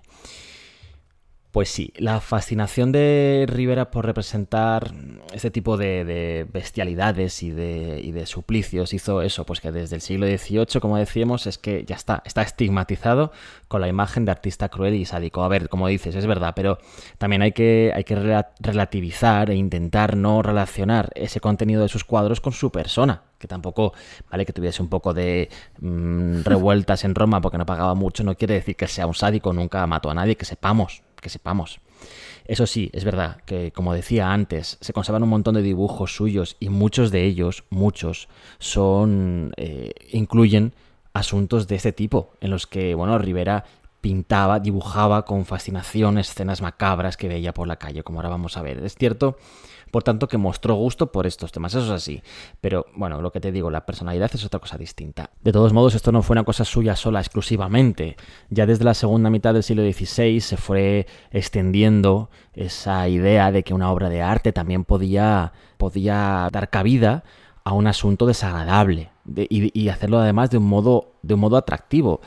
La mera habilidad necesaria para representar escenas de este tipo así, y por tanto el talento que requerían sus pintores, pues ya compensaba ese efecto turbio que ofrecían estas obras. Esto ya, como te digo, desde la segunda mitad del siglo XVI. Caravaggio en sí mismo fue decisivo en este proceso de normalización de la estética macabra o gore, ¿no? Y por Rubens, ya cuando pasa por Italia, después Rubens también haría escenas que, aunque sean más dulces, porque su lenguaje es más colorista y más dulce, con más luz, no deja de más ser... alegórico. Sí, pero no dejan de ser algunas escenas bastante brutas, como, por ejemplo, se está comiendo a sus hijos Saturno, ¿no? Sí. En el de Rubens. Bueno. Desde luego, esta fascinación por el horror alcanza el máximo en Nápoles. En Nápoles entre el año 1630 y 1660, o sea, esos 30 años centrales del siglo XVII. Allí casi que se puede hablar de una estética del horror incluso. Y, por supuesto, Rivera fue uno de sus máximos representantes, pero también en la literatura también se habla de ello, y se normaliza. Hay un poeta napolitano, Giambattista Marino, que es decisivo también en la formulación de esta estética del horror. Tú estás diciendo además que empieza en los años 30 esta nueva moda o esta fascinación y coincide con los años más brillantes de Rivera, que mencionabas hace un momento. Sí. Y una ciudad, Nápoles, que como decíamos antes es una ciudad enérgica y llena de bullicio, donde él pudo ver escenas en la calle que le marcarían. Las fuentes cuentan que en Nápoles los virreyes a veces impartían justicia por la calle. O sea, que ellos iban paseando por la calle y la gente les pedía que, bueno, que solucionasen algunos problemas legales o problemas entre varias personas, que grupos este señor o lo que no me fuese. está pagando lo que está comprando. Entonces, o este tío me está dando problemas. Ha empezado él. No, Entonces, ha empezado ella. No, tal. Resolvían el asunto en ese momento por la calle y a veces había, claro, ese castigo. El castigo no era solamente de, pues le pagas no sé cuánto. No. Era, vale, pues te vamos a empalar o te vamos a cortar la mano. Y que eso se ejecutaba, se producía en la calle. Entonces, fíjate, es que allí ocurrirían esto y además, a la vez, desfiles, procesiones, gente haciendo magia, todo tipo de cosas, ¿no? Bueno, pues es que lo que Rivera plasma en sus dibujos de lo que ve por la calle son siempre las escenas macabras de este tipo que te digo. Hace un montón de dibujos de esto que parecen realmente documentar los tribunales que se encuentran, por ejemplo, de la Inquisición o los ajusticiamientos, como te digo, en la plaza principal de Nápoles. Hay ahorcados en sus dibujos. Hay interrogatorios de la Inquisición que están hechos a hombres colgados por sus muñecas de unos palos gigantes. ¿Te acuerdas de estos dibujos que vimos en la Expo? Hay castigos a hombres que tienen sus extremidades atadas y tensas con los palos, o incluso hay un montón de hombres simplemente atados a árboles para castigarles o para interrogarles, ¿no? En definitiva, que era lo que él tomaba por la calle, además con mucha rapidez. Esos dibujos están hechos con muy poco tiempo, se notan en los trazos que son como muy rápidos, que van cambiando, incluso a veces la postura de la pierna al que está dibujando pues tiene que modificarla sobre la marcha. Es que lo veía por la calle y le llamaba la atención. Él iba allí a la plaza del plebiscito en Nápoles y veía que estaban sometiendo a alguien a juicio y decía, uy, a este le va a caer un castigo, y sacaba el cuaderno. Exacto. Ninguno de estos dibujos, además, que hizo, estaban hechos con la intención de incluirlos en sus pinturas. Es que no es para eso. Ni siquiera para hacer grabados después. Tampoco los dibuja como con un... ¿cómo decirlo? No les aplica a sus dibujos un juicio. No lo hace, a lo mejor, pues como Goya los hacía en Madrid durante la Guerra de la Independencia, que sí que le otorga a esos dibujos una categoría como de queja, ¿no? De puesta en evidencia. De denuncia también, social a veces. Ya quieres decir que es un documentalista casi, Rivera, ¿no? Él dibuja lo que ve y ya está. Exacto. Le da igual si ese señor era culpable o no le da pena, o al menos no se aprecia eso cuando ves el dibujo. Sí, exacto. Es como con es una mera curiosidad morbosa, ¿no? No elige temas porque podría elegir otras cosas, elige estos, pero no les aplica nada, simplemente, y hay muchísimos de esos dibujos y son de verdad apasionantes, apasionantes. Además, siempre se dice, dibuja santos él, ¿no? Se habla de Rivera como dibujante de San Sebastiánes o de San Bartolomés o de santos de ese tipo. Y la mayoría de esos dibujos en realidad son figuras masculinas desnudas o semidesnudas atadas a árboles sin ningún tipo de elemento que permita saber que son esos santos. Iconográfico. Exacto, son simplemente hombres desnudos. Lo que pasa es que la historiografía los ha atribuido directamente a esos santos porque, claro, no se podía... ¿En qué cabeza cabe? A lo mejor en el 18 o en el 19, pues no tenían tanta facilidad para decir tranquilamente que este señor, que Rivera, lo que hacía era dibujar hombres desnudos atados a árboles, pues porque le interesaba lo que eso representaba de estudio anatómico para un artista, ¿no? De estudio de los cuerpos y de las fuerzas y de las musculaturas y de los rostros. Bueno, en fin. Entonces, con todo esto sobre la mesa, es evidente y cae como coherente que a Rivera le molasen las furias. Un tema mitológico que es cierto que él no estaba acostumbrado a representar, la mitología, pero que le daba la oportunidad de presentar en grandes lienzos a hombres desnudos o semidesnudos, con posturas forzadas, con rostros que muestran dolor y... en fin, exactamente eso que tanto le interesaba a él. Las furias son un tema mitológico que entran en la historia del arte como tema para las pinturas en el año 1548 y no antes. Es ese año en el que María de Hungría encargó a Tiziano 4 lienzos con estos personajes, que ella identificaba metafóricamente con los príncipes alemanes que se habían alzado contra su hermano, contra el emperador Carlos V, y a quienes éste había derrotado un año antes en Mühlberg. ¿Se dice así? Mulberg. Mulberg, sí. Vale, pues eso. Un tema, por tanto, que recupera de la mitología para otorgarle una categoría política, lanzando con él un mensaje, ¿no? Está siendo concebido como una advertencia para quienes quisiesen desafiar el poder de su hermano en una época aquella en la que, bueno... Del emperador, claro. Sí, y que los enfrentamientos entre príncipes en el centro de Europa, los protestantes y tal, bueno, eso era un hervidero, era un follón, vamos. En realidad, este encargo a Tiziano de estas 4 figuras que no tienen precedentes, como digo, en la historia del arte, solo se entiende porque, bueno, pues porque tendrían similitudes con otros personajes que realmente son los de la gigantomaquia o la rebelión de los gigantes, ¿no? Contra Júpiter, ese enfrentamiento que desde la antigüedad ya se dice que simboliza el conflicto entre el caos y el orden, o sea, entre aquellos que se atreven a poner en duda el gobierno del emperador y el orden, que es lo que representa el emperador en sí mismo, pues ese Carlos V. A partir de este encargo que le hace María de Hungría a Tiziano, este tema va a entrar en el arte y se va a quedar como un tema recurrente en el que los artistas pueden, por un lado, mostrar sus capacidades para representar anatomías y, por otro lado, para representar escenas de dolor y pasión, que eso les encanta, eso les arrebata. ¿Pero quiénes son estos señores? ¿Quiénes son las furias? Claro, es importante saber quiénes son estos 4 hombres que están sufriendo para entender por qué se los utilizó en un momento histórico como un motivo político, que la gente iba a entender. Son 4 hombres a los que se les llama en grupo, en conjunto, las furias, pero en realidad ellos no son las furias, ellos son 4 condenados por las furias. Las furias eran 3 genios femeninos, así les llamó Virgilio, que se llamaban Alecto, Mégara o Mégara y Tisífone. Eran las Euménides, también se les llamaba así, y ellas ejecutaban las venganzas de los dioses a los hombres. Y estos 4 hombres eran 4 hombres un poco especiales, en realidad, 4 titanes que existieron antes que los hombres.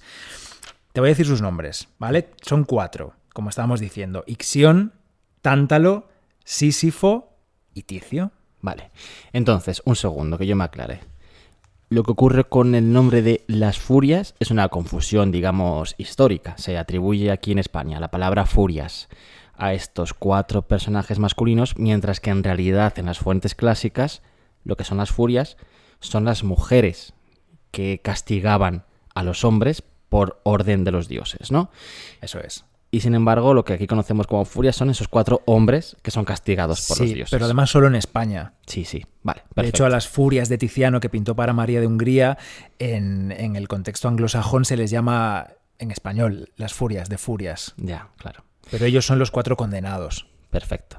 Y son estos 4 que acabas de nombrar. ¿Y qué habían hecho estos 4 tíos? Pues mira, la fuente más antigua que los menciona, que ahora leeré un fragmentito, es Homero. Ay, sí, tienes que leer. Es Homero. Esto no acaba bien.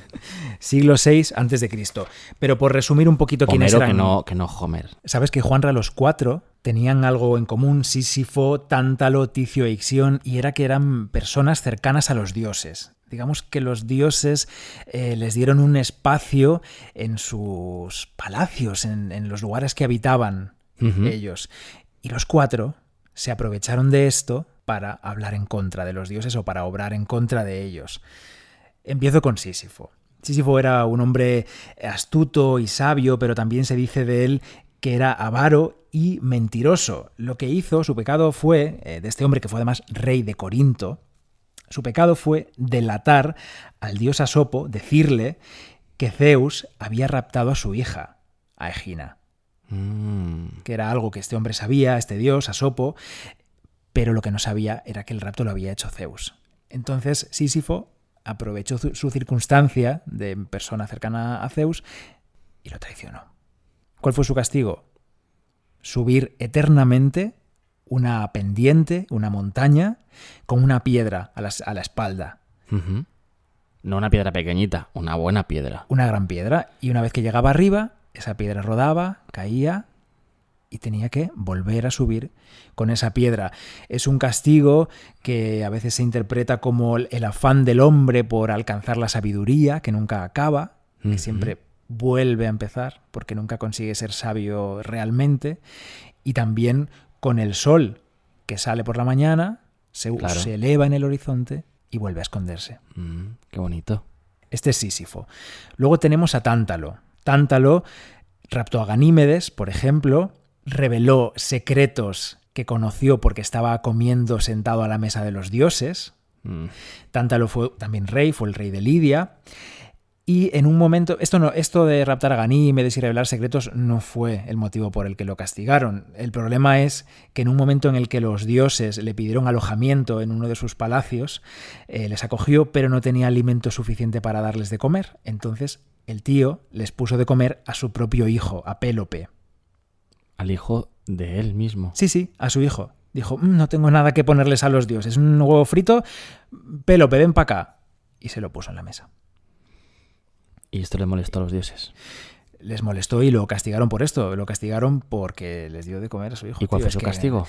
Pues el castigo de Tántalo es el de la tentación sin satisfacción. Lo castigaron a estar sumergido hasta la barbilla en agua y tener cerca alimento y agua para beber, pero no poder hacerlo nunca. Es decir, que tenía colgadas cerca frutas de árboles maravillosos, tenía un agua riquísima, fresca para beber, pero el agua y las frutas, los alimentos, se apartaban cuando él intenta comerlos.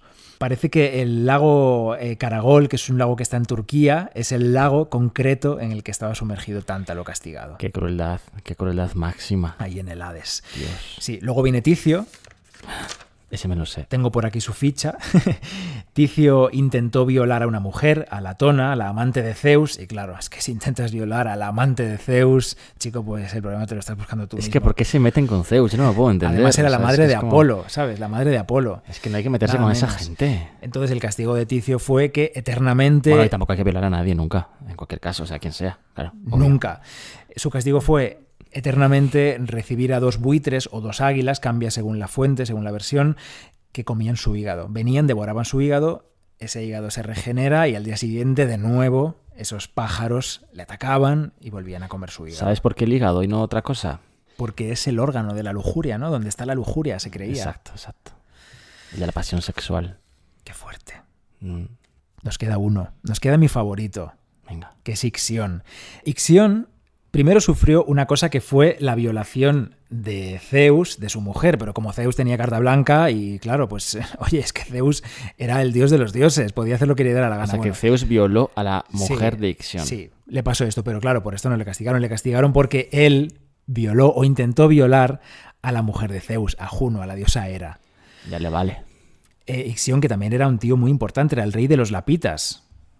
Pues mira. Los lapitas toda la vida. ¿Cuál fue su castigo? Estar atado, amarrado eternamente a una rueda que no para de girar.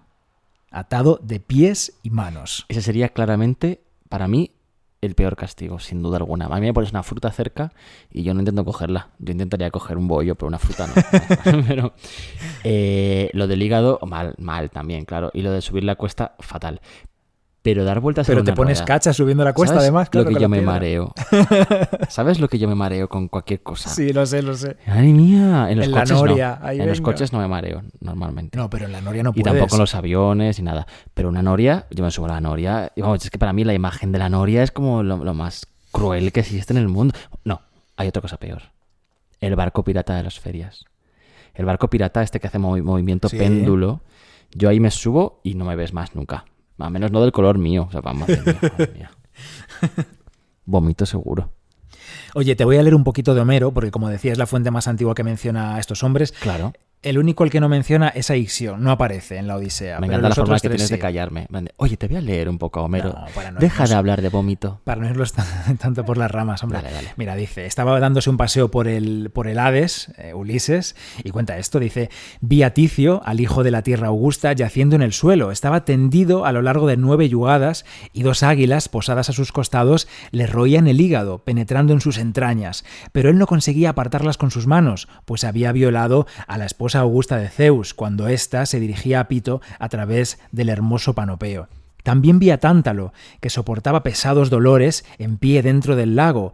Este llegaba a su mentón, pero se le veía siempre sediento y no podía tomar agua para beber, pues cuantas veces se inclinaba el anciano para hacerlo, otras tantas desaparecía el agua absorbida y a sus pies aparecía negra la tierra, pues una divinidad la secaba.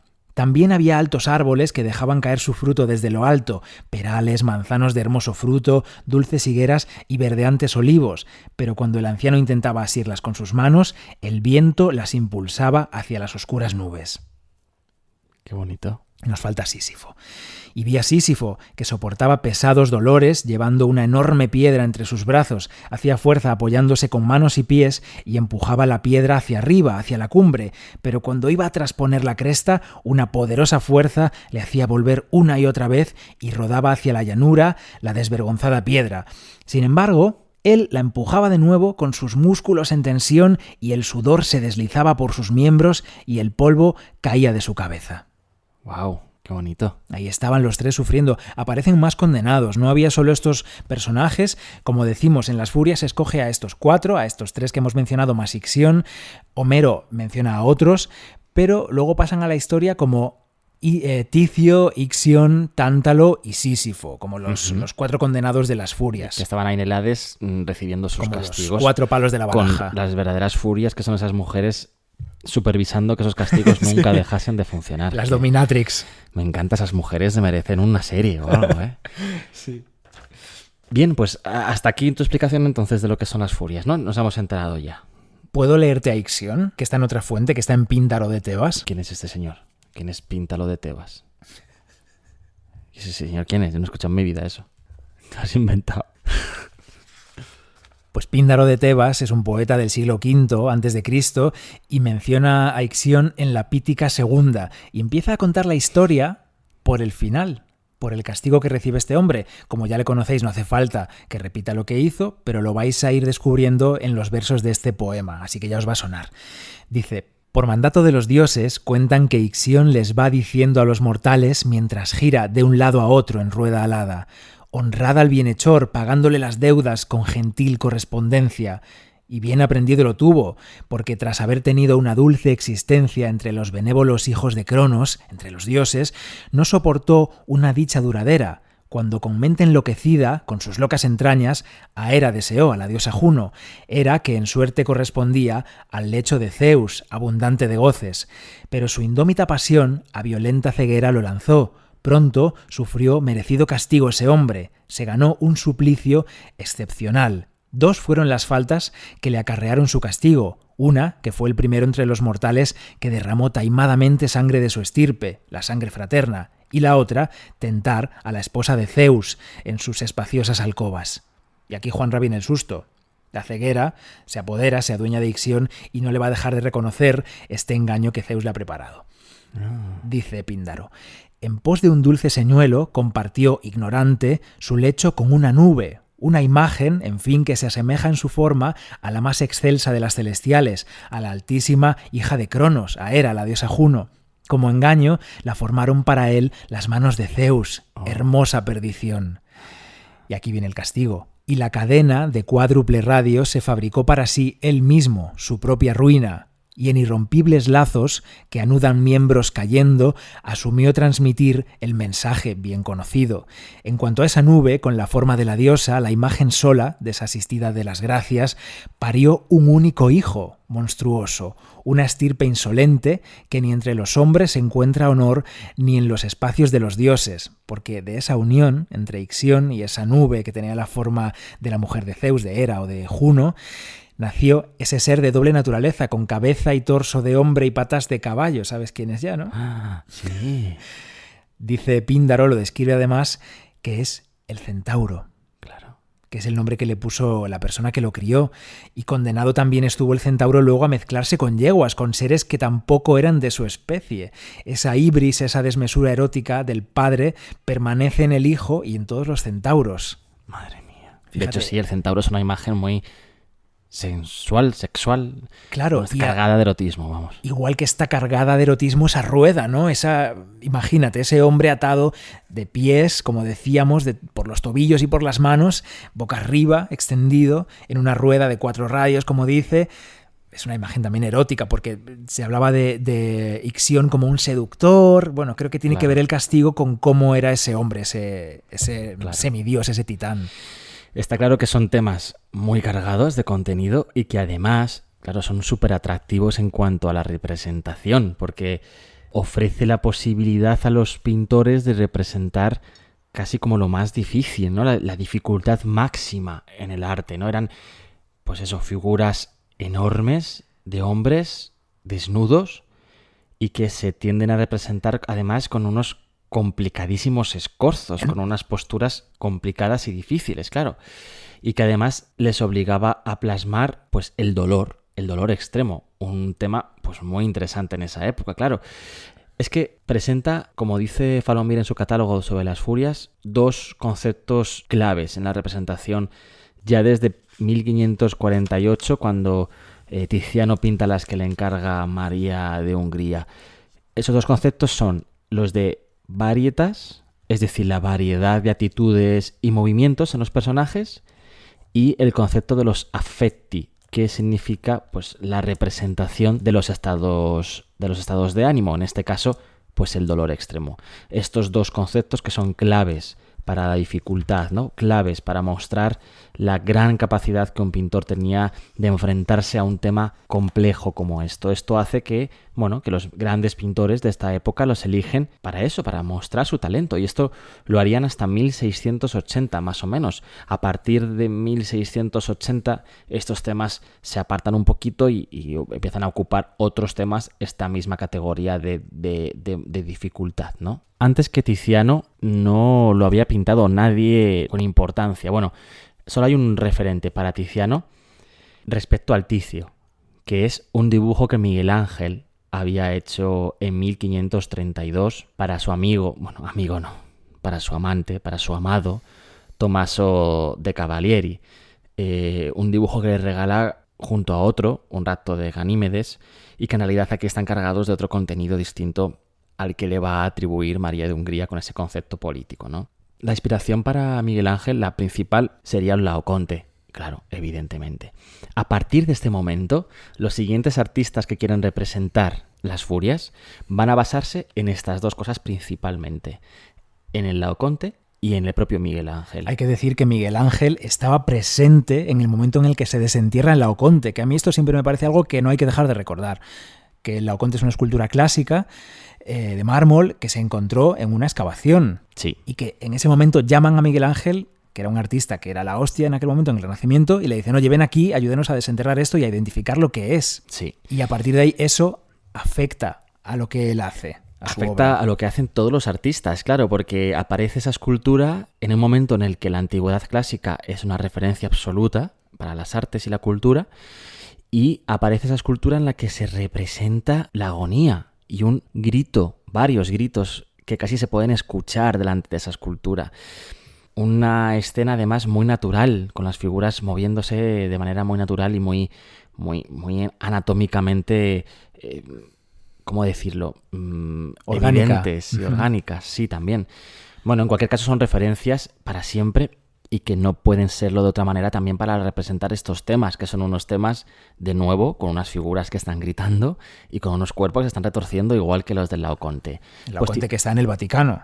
Exacto. Pues Tiziano va a inspirarse tanto en Miguel Ángel como en el Laoconte. Y a partir de ese momento, bueno, para Tiziano fue un subidón pintar esto. Claro, era, bueno, pues fue el primer encargo que recibió desde el gobierno, sí, que no fuese unos retratos. Fue la primera gran obra que hizo con ese otro contenido, ¿no?, mitológico para el imperio.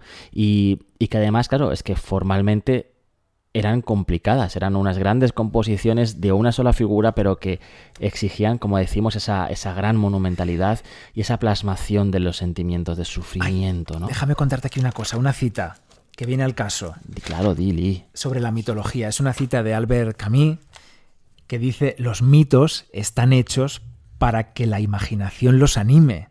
Ay, qué bonito. Claro, Tiziano conocía los mitos, pero él iba a tener que animarlos a través de su imaginación. Exacto. Iba a tener que convertir esas 4 historias, Ticio, Tántalo, Ixión y Sísifo, en 4 cuadros de 4 señores sufriendo cada uno con su castigo, componiendo él, claro, algo visual. Claro, porque es muy difícil. Hasta ese momento eran algo escrito. Era algo escrito que cada uno que leyese, imagino que se imaginaba sí. de una manera distinta, igual que cada uno de los que nos escuchan, incluyéndome a mí, nos hemos imaginado una escena distinta cuando tú lo estabas leyendo hace un segundo. Cada uno a su manera se habrá imaginado. Y este artista, Tiziano, se enfrenta a la difícil tarea de darle y fijar esa forma para algo que se había leído hasta ese momento. Y bueno, pues como digo, busca referencias, claro, busca referencias en el arte, visuales, y esos son el Laoconte y Miguel Ángel con este dibujo. Dibujo, por cierto, de Miguel Ángel que estuvo en la Expo de las Furias en el Museo del Prado, que yo cuando entré allí lo vi casi me muero, claro, me da un parraque. Tengo la piel de gallina otra vez. No me extraña. ¿Qué iba a decirte yo? Pues no lo sé, yo ya no sé lo que te iba a decir. No pasa nada. Mientras tanto, yo puedo decir que el Sísifo es fácil. Una piedra, y sin embargo hay por ahí un Sísifo de Tiziano, que parece que es de taller, ¿no? O que era una copia de alguien, que no es lo más brillante del mundo, con esa piedra a las espaldas, pero es la representación casi más fácil, ¿no?, de estos 4, porque a mí el Tántalo me parece dificilísimo. ¿Cómo representas a un señor que está en un lago sumergido, con fruta cerca, y que cuando él se mueve se aleja el agua y se alejan las frutas? Esto hace que en la mayoría de representaciones, de hecho, no esté hundido en el agua, está como puesto encima. Está en seco y hay fruta por ahí, difícil. Es difícil que representes eso de una manera exitosa. Totalmente. Y que se entienda. De Tiziano, al hilo de lo que acabas de decir, de Tiziano, tenemos solo 2 de sus furias. El Prado tiene su Sísifo, de 1548, de estos originales que pinta para María de Hungría, y luego tiene una réplica propia, una réplica que pintó él mismo un poco más tarde, de su Ticio. Ya está, solo tenemos esas 2 obras que sepamos con seguridad que son de Tiziano. Ticio, que es el del hígado, el del buitre o el águila comiéndole... Exacto. Las obras, las 4, ya estaban en España, las de Tiziano, estaban en España ya en 1558. Sin embargo, fue a los pintores, a los artistas de los Países Bajos a los que más influyó. Para que os hagáis una idea, es que durante estos casi 100 años que dura la moda de las furias en Europa, es que se extiende además por toda Europa. Surge evidentemente en el norte de Europa, donde María de Hungría, en los Países Bajos, está encargando esto a Tiziano. Las obras viajarían a España ya, como digo, en 1558, muy pronto, pero es que la moda, claro, estamos hablando de Rivera en Nápoles pintando esto y llevándolo también al culmen, ¿no? Y que de aquí se marcharía después también a Venecia. O sea que es que la moda se va a extender por toda Europa, la moda de representar estas furias, y la forma de hacerlo también, entre como un unos y elemento otros. De propaganda, ¿no? Se sacaban ahí a los gigantes como un cuidado, no me llevéis la contraria. No, de propaganda artística, de sus habilidades artísticas. La categoría política la pierde al principio. Al principio, cuando María de Hungría las encarga al hilo de Carlos V, tiene todo su sentido político, pero después, bueno, sí que a lo mejor un señor que las encarga para tener en su palacio las está encargando con un contenido cierto que él quiere darle. Pero para los artistas, es que además es que se dibujan mucho, se representan mucho en grabados, en dibujos. No es una cuestión tanto política para ellos como eso, como de capacidad artística, de representación de lo difícil. José de Rivera fue el que se convirtió, digamos, en el máximo exponente de la representación de las furias. Sus furias son las más importantes de la historia del arte, para entendernos. Por eso hacía falta que mencionáramos las anteriores, porque estaban ahí y evidentemente tuvieron que ver en que él llegase a hacer lo que hizo con las furias, pero Totalmente. Él es el culmen ya, es esa cumbre a la que nunca llegaba del todo Sísifo con su piedra. Ahí llegó Rivera con las furias. Bueno, él pintaba furias, dibujaba y pintaba furias desde aproximadamente 1620, cuando ya está en Nápoles, como decíamos, y hasta 1635. En realidad es este abanico de 15 años cuando Rivera se encarga de las furias. Después las va a abandonar hacia 1535, 36, 37, como ya dijimos antes en el repaso de su vida. Su arte se va a suavizar, se va a ir hacia la pintura de Tiziano respecto a colores y pinceladas más suaves y más clásicas, y abandona este tema por otros que son más adecuados para ese nuevo lenguaje. Pero eso, entre el 20 y el 35 aproximadamente, él se ocupa de las furias, y sus furias van a contribuir de manera decisiva y definitiva para fijar la imagen de las furias en el arte, ¿no? Por eso fue el pintor que más y que mejor las representó en el siglo XVII. Mira, voy a hacer un repaso rápido por sus furias. A principios de los años 20, entre el 22 y el 24, tenemos la primera manifestación de Ribera de las furias, que es una hoja, un papel, que incluye dibujos de Ticio. No tiene este Ticio que dibuja en esta hoja ninguna relación con ninguna de las pinturas que conservamos de Ribera de las Furias, pero sí que muestra ya el conocimiento directo de las obras de Tiziano. Bueno, no directo de verlas delante de la obra, sino habiendo visto grabados que difundieron por Europa las obras de Tiziano. ¿Alguno de estos es el que tiene tatuado en el brazo? Todavía no. En 1632, él ya firma Ribera el Ticio y Elección del Museo del Prado, que en realidad serían 4, bueno, ahora veremos. En el 32, como decía. Un año después, en el 33, realiza un ciclo completo, los cuatro furias, para un coleccionista holandés, Lucas van Uffel. Y en esas fechas también pintó otro Ticio, o Prometeo, no se sabe muy bien, que estaba en una colección particular de Mónaco. Una hoja con dibujos preparatorios para este cuadro que se conserva en Roma, sí que incluye el Ticio, que es mi tatuaje. Bien, ese es. Y que en realidad Gabriele Finaldi piensa que esta obra, este cuadro último que digo, del 33, y esta hoja, esta página, son anteriores, incluso que podían ser incluso de su época romana, o sea, que antes de marcharse a Nápoles ya estaría dedicándose a este tema. Eso sería muy interesante porque colocaría a Ribera como uno de los precursores en Italia del asunto, y tiene todo el sentido, la verdad. Hay una historia, Bernardo, que a lo mejor quieres leer, que es una historia fuertecita, que ha motivado en parte esta imagen que tenemos de Ribera de macabro y gore, porque es algo que le ocurrió a una señora que tenía estos 4 cuadros de las Furias en su habitación. ¿Qué le pasó? Pues mira, lo recoge Palomino, el cronista Palomino, así. Dice, no se deleitaba tanto Ribera en pintar cosas dulces y devotas como en expresar cosas horrendas y ásperas. El célebre Ticio, a quien el buitre le saca las entrañas por castigo de su insolente atrevimiento, los tormentos de Sísifo, de Tántalo y de Ixión, expresando, especialmente en este, con tal extremo el dolor atado a la rueda, donde era continuamente herido y despedazado, que teniendo los dedos encogidos para esforzar el sufrimiento y estando esta pintura en casa de Jacopa de Uffel en Ámsterdam, a tiempo que estaba preñada, parió un chicuelo con los dedos encogidos, a semejanza de dicha pintura, por cuya causa fue trasladada a Italia y después, con las 3 compañeras y otras muchas, transferidas a Madrid en el Palacio del Buen Retiro. Así a la vez cuenta la anécdota Palomino y te dice que los cuadros acabaron en el Buen Retiro. Claro, o sea que la señora dio a luz a un niño. A un niño que tenía un problema genético, un problema de malformación. Y bueno, pues se le echaba la culpa a las furias de Ribera que estaban ahí en el momento del embarazo y del parto, vamos. Sabes que, bueno, no se puede aceptar literalmente la historia esta, que sea válida al 100%, pero bueno, no. Viene de una... Bueno, algo a lo mejor sí. Viene de una tradición, en cualquier caso literaria. Sabes que, bueno, según San Agustín, o eso se cuenta, había un tirano, Dioniso, que se rodeaba de pinturas preciosas mientras tenía relaciones sexuales con su mujer para intentar proyectar la belleza de las pinturas en sus hijos. En este caso sería justo todo lo contrario, claro, ¿no? Las pinturas de alrededor causaron en ella tanto estupor que su hijo nació con deformaciones. Bueno, qué fuerte esto, muy fuerte. Bueno, vamos, si te parece, a centrarnos ya rápidamente en las furias de Ribera que conserva el Museo del Prado. Conserva un Ticio y un Ixión, que seguro eran parte de un grupo de las 4, pero solo se conservan estas 2, el Ticio y el Ixión. Las otras 2 están desaparecidas y nada se sabe de ellas.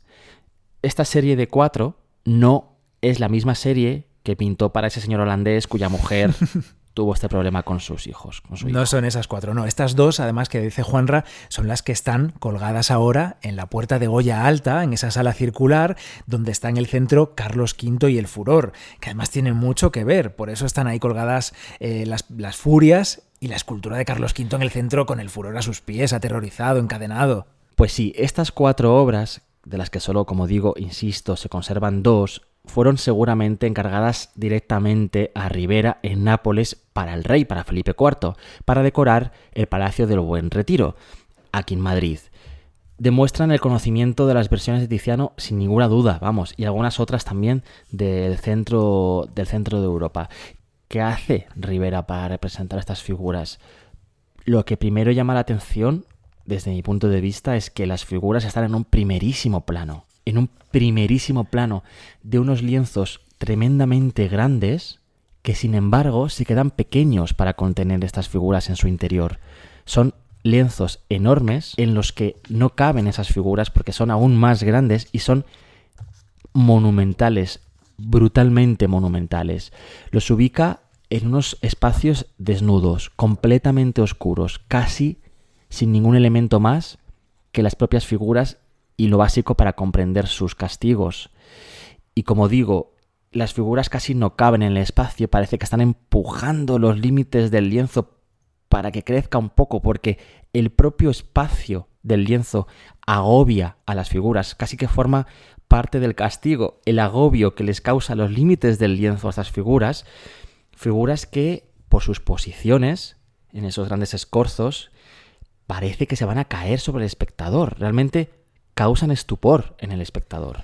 Sí, el Ticio está desnudo boca arriba, con una pierna cruzada sobre la otra, con el brazo izquierdo apoyándose en la roca, el derecho flexionado sobre su frente, la boca abierta gritando, y ese costado abierto con un pájaro, yo creo que en este caso es un águila, lo que pinta Rivera, un águila muy oscura, pues tirando de ese órgano, de ese hígado, para sacárselo y volver igual al día siguiente. Y como dices, el fondo es muy muy oscuro. De hecho, el águila casi hay que adivinarla. Vemos el pico, vemos el ojo que nos mira directamente a nosotros. Y las alas están desplegadas, pero casi hay que adivinarlas en la oscuridad. Ese águila que está en el Hades. Claro, es que estos condenados estaban en el Hades. Los rostros de ellos, el rostro de este Ticio es brutal. Rivera presta mucha atención a estos rostros, que son rostros, y también los cuerpos, tomados de una figura real, tomados de una figura, como diríamos cuando hablamos de Caravaggio, tomadas de la calle, directamente de un señor de la calle que está colocado en esta situación. No parece, nada habla de que esto sea mitología, parece estar hablando de una escena que él pudo ver por la calle realmente, aunque no fuese así.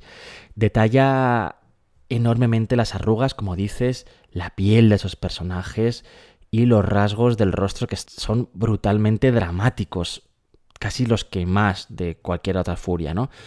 Esto deriva directamente del Laoconte, como decíamos antes. Este grito silencioso de este Ticio habla directamente del Laoconte. También, evidentemente, muestra la importancia que Rivera le daba a las expresiones, como en esos estudios de bocas y narices de los que hablábamos antes, que hace en 1602 en Aguafuerte, para difundir, 22. Sí, perdón. Para difundir, para enseñar a dibujar a otros artistas. Y además también entre el 30 y el 35 te contaré que hay unos dibujos que Rivera hace del Laoconte. A lo mejor, pues seguro que basándose en algún grabado o algo así, hace dibujos de ese Laoconte, centrándose también en el grito y en la posición de la mano, que recuerda muchísimo al Ticio del que estábamos hablando. Sí. Y Elección nos da la espalda, parece que es un cuadro horizontal, igual que el Ticio, y el Ixión nos da la espalda, está como cayendo hacia nosotros. Totalmente, sí. Es que es increíble, está encadenado, también el Ticio estaba esposado, el Ixión, lo hemos contado antes, está encadenado a una rueda que no para de girar. Rueda que casi no vemos y no que vemos para nada. Lo que ocurre es que la posición del cuerpo de este personaje en ese giro que está haciendo hacia abajo acentúa todavía más que en el Ticio la sensación de que se va a caer sobre el espectador, sí. Que se va a salir del cuadro en el que no cabe y que se va a venir hacia nosotros para caerse sobre nosotros. Ese movimiento circular que realmente está solo sugerido en ese fondo oscuro, como dices, ¿no?